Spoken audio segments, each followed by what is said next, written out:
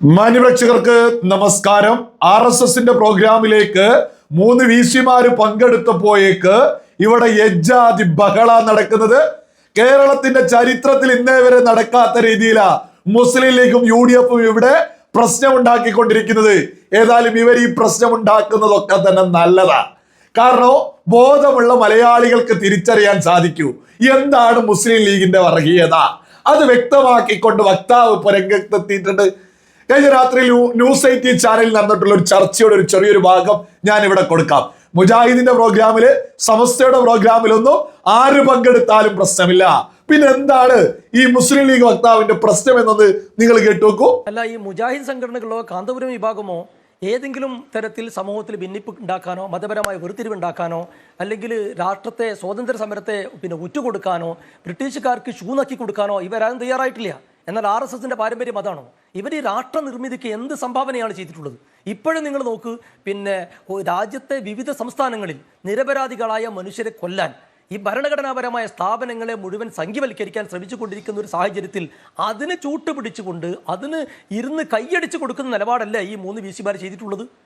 ഞങ്ങളിവിടെ പറയുന്നത് ഇതിന് ശരിക്കും വളം വെച്ച് കൊടുക്കുന്നതിൽ CPM-ന് വലിയ പങ്കുണ്ട്. 2025-ൽ 4 VC-മാർ ഇതേപോലെയുള്ള പരിപാടിയിൽ പങ്കെടുത്തിട്ടുണ്ട്. അന്ന് മാധ്യമപ്രവർത്തകർ വിവാദമുണ്ടായി.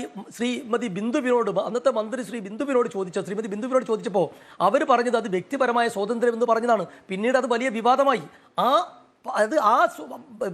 അന്നത്തെ മന്ത്രിയുടെ എന്താ പറയുക, അതൊരു വാക്ക് പരിഗണിച്ചുകൊണ്ടായിരിക്കണം, പ്രോത്സാഹനമായി കണ്ടുകൊണ്ടായിരിക്കണം ഒരു പക്ഷേ ഇത്തവണ 2026-ൽ ഈ VC-മാർ പോയിട്ടുള്ളത്. ശ്രീമാൻ നമ്മുടെ മുഖ്യമന്ത്രി വളരെ കൃത്യമായി പറഞ്ഞിട്ടുണ്ട്, സാധ്യമാകുന്ന തരത്തിൽ നടപടി സ്വീകരിക്കും. നിങ്ങൾ കേട്ടില്ലേ, മുഖ്യമന്ത്രി സാധ്യമായ നടപടി സ്വീകരിക്കുമെന്ന് ഒരു നടക്കൂല. VC-മാർക്കെതിരെ നടപടിയെടുക്കാൻ മുഖ്യമന്ത്രിക്ക് നിയമപരമായിട്ട് യാതൊരു അവകാശവും ഇല്ല. ചാൻസലറാണ് അത്. രാജേന്ദ്ര വിശ്വനാഥ് ആർലേക്കർ, നമ്മുടെ കേരളത്തിന്റെ ഗവർണറാണ് എന്തെങ്കിലും ഒരു നടപടി എടുക്കേണ്ടത്. നല്ല കോളായി. RSSന്റെ പ്രധാനപ്പെട്ട നമ്മുടെ കേരളത്തിലെ ഗവർണർ നടപടി എടുത്തത് തന്നെ. ഏതായാലും നമുക്ക് ആ വിഷയം അവിടെ നിൽക്കട്ടെ. ഈ മുസ്ലിം ലീഗ് ചർച്ച ചെയ്യുമ്പോൾ സ്വാതന്ത്ര്യ ദിനമൊക്കെയായും സ്വാതന്ത്ര്യ കാലഘട്ടത്തെ കുറിച്ചൊക്കെ ചർച്ച ചെയ്യുമ്പോൾ ഷൂ നക്കിയ അത് ഇത് എന്ന് ഇവരിങ്ങനെ ഉറഞ്ഞു തുള്ളുമ്പോ നമ്മുടെ കേരളത്തിൽ ഒരിക്കലും ചർച്ച ചെയ്യപ്പെടാതെ മുന്നോട്ട് പോകുന്നൊരു പ്രധാനപ്പെട്ട വിഷയമില്ലേ? ഇവരെന്താ നിരന്തരം വിളിച്ചു പറയാറുള്ളത്? ഷൂ നക്കിയ അത് ഇത്, ബ്രിട്ടീഷുകാർക്ക് അത് ചെയ്ത് ഇത്. ഇതൊക്കെ എന്തിന്റെ പേരില? ജയിലിൽ കിടക്കുമ്പോ ഒരു കത്തയച്ച വിഷയത്തില് ഇതേ രീതിയിൽ കത്ത് ഗാന്ധിജി വായിച്ചു എന്നുള്ളതാണ് യാഥാർത്ഥ്യം. അപ്പൊ ഗാന്ധിയെ ഒന്നും പറയുന്നില്ലെങ്കിൽ അതേപോലെ തന്നെ RSS-മായി ബന്ധപ്പെട്ട നേതാവിനെയൊക്കെ എന്തിനാണ് തോന്നിയതുപോലെ വിളിച്ചു പറയുന്നത്?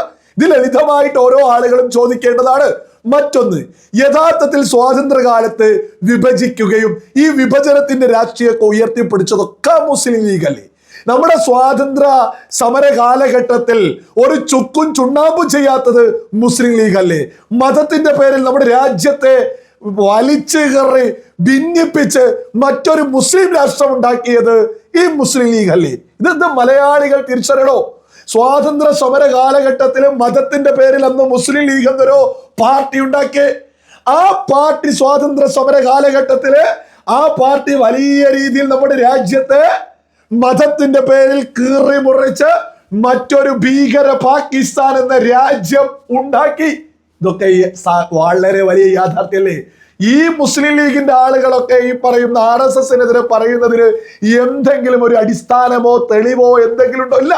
ഒക്കെ വായുവിൽ നിന്നെടുത്തിട്ടാണ് സംസാരിക്കുന്നത്. അതേസമയത്ത് ഓരോ മലയാളിയും ഒന്ന് ചിന്തിച്ചോക്കോ, സ്വാതന്ത്ര്യ സമര കാലഘട്ടത്തില് ഇവിടെ മതത്തിന്റെ പേരിൽ ഭിന്നിപ്പിച്ചത് മുസ്ലിം ലീഗ് അല്ലേ? അവരൊരു പാർട്ടി ഉണ്ടാക്കിയില്ലേ? അവരൊരു മതത്തിന്റെ പേരിൽ രാജ്യം പോലും ഉണ്ടാക്കിയില്ലേ? പിന്നീട് സ്വാതന്ത്ര്യം കിട്ടിയ കാലഘട്ടത്തില് ഈ പറയുന്ന പാകിസ്ഥാനിലേക്ക് പോവാൻ സാധിക്കാതിരുന്ന അന്നത്തെ മുസ്ലിം ലീഗിന്റെ ബാക്കി പത്രമായിട്ടുള്ള കുറച്ച് ആളുകൾ കൂടിയിട്ട് 1948 മാർച്ച് 10-ന് രൂപീകരിച്ചിട്ടുള്ളൊരു മുസ്ലിം ലീഗ് അല്ലേ ഇപ്പൊ ബാക്കിയുള്ളത്? അന്ന് പാകിസ്ഥാനിലേക്ക് വണ്ടി കിട്ടാത്ത ആളുകൾ രൂപീകരിച്ചിട്ടുള്ള പാർട്ടിയല്ലേ മുസ്ലിം ലീഗ്? ഇന്നത്തെ മുസ്ലിം ലീഗ് എന്ന് പറയുന്നത് അതല്ലേ? അതായത് സ്വാതന്ത്ര്യ സമര കാലഘട്ടത്തിലൊക്കെ തന്നെ മതത്തിന്റെ പേരിൽ ഭിന്നിപ്പുണ്ടാക്കിയ ഏറ്റവും ഒടുവിൽ മറ്റൊരു രാജ്യം പോലും ഉണ്ടാക്കിയ മുസ്ലിം ലീഗിന്റെ വക്താവ് RSSനെ പഠിപ്പിക്കാൻ, അവര് മറ്റുള്ളവരെ പഠിപ്പിക്കാനൊക്കെ രംഗത്തെത്തുന്നത് നിങ്ങളെ കണ്ടിൽ. എന്തുകൊണ്ടാണ് ഇതിവിടെ ചർച്ചയാവാത്തത്? സ്വാതന്ത്ര്യ സമരകാലത്തുണ്ടായിരുന്ന മുസ്ലിം ലീഗിന്റെ ബാക്കി പത്രമാണ് പിന്നീട് അവശേഷിക്കുന്ന ആളുകൾ. അന്ന് മദ്രാസിൽ നിന്ന് തട്ടിക്കൂട്ടിയിട്ടുള്ള ഒരു പാർട്ടിയല്ലേ മുസ്ലിം ലീഗ്. അന്നത്തെ മുസ്ലിം ലീഗിന്റെ ബാക്കി പത്രം അവർക്ക് ഈ സ്വാതന്ത്ര്യ സമര കാലത്തെക്കുറിച്ചും ഈ രാജ്യത്തെക്കുറിച്ചൊക്കെ പറയാൻ എന്തെങ്കിലും അർഹതയുണ്ടോ? ഓരോ മലയാളിയും ചോദിക്കേണ്ടതല്ലേ?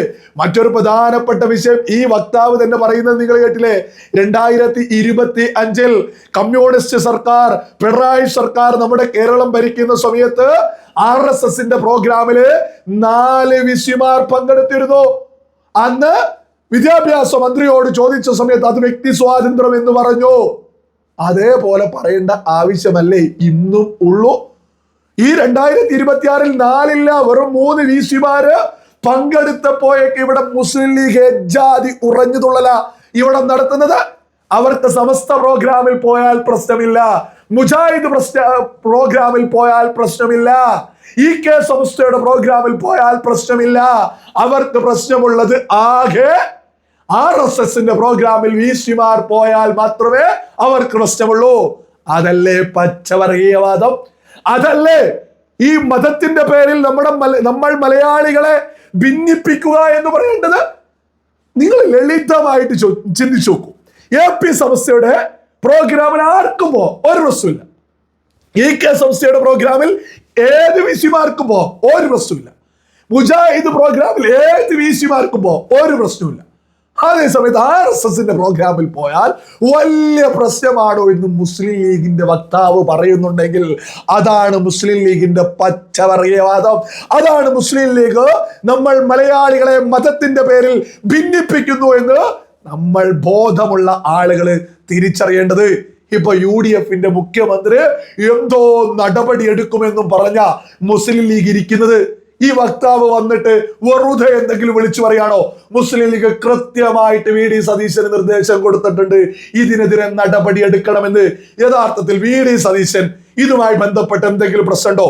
VD സതീശൻ RSSന്റെ പ്രോഗ്രാം ഉദ്ഘാടനം ചെയ്തിട്ടുള്ള ആളല്ലേ? RSSന്റെ പ്രോഗ്രാമിൽ പങ്കെടുത്തിട്ടുള്ള ആളല്ലേ?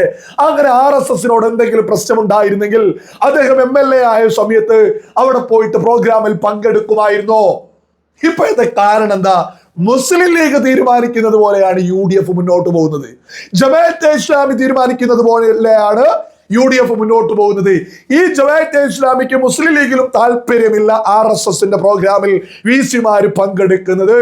അതുകൊണ്ട് VD സതീശനെ കൊണ്ട് നടപടി എടുക്കും, അതാണ് ഇതാണ് മാപ്പ് പറയണമെന്നൊക്കെ ഈ പറയുന്ന മുസ്ലിം ലീഗാണ് പറയിപ്പിക്കുന്നത് എന്നുള്ളത് സകലരും തിരിച്ചറിഞ്ഞില്ലേ?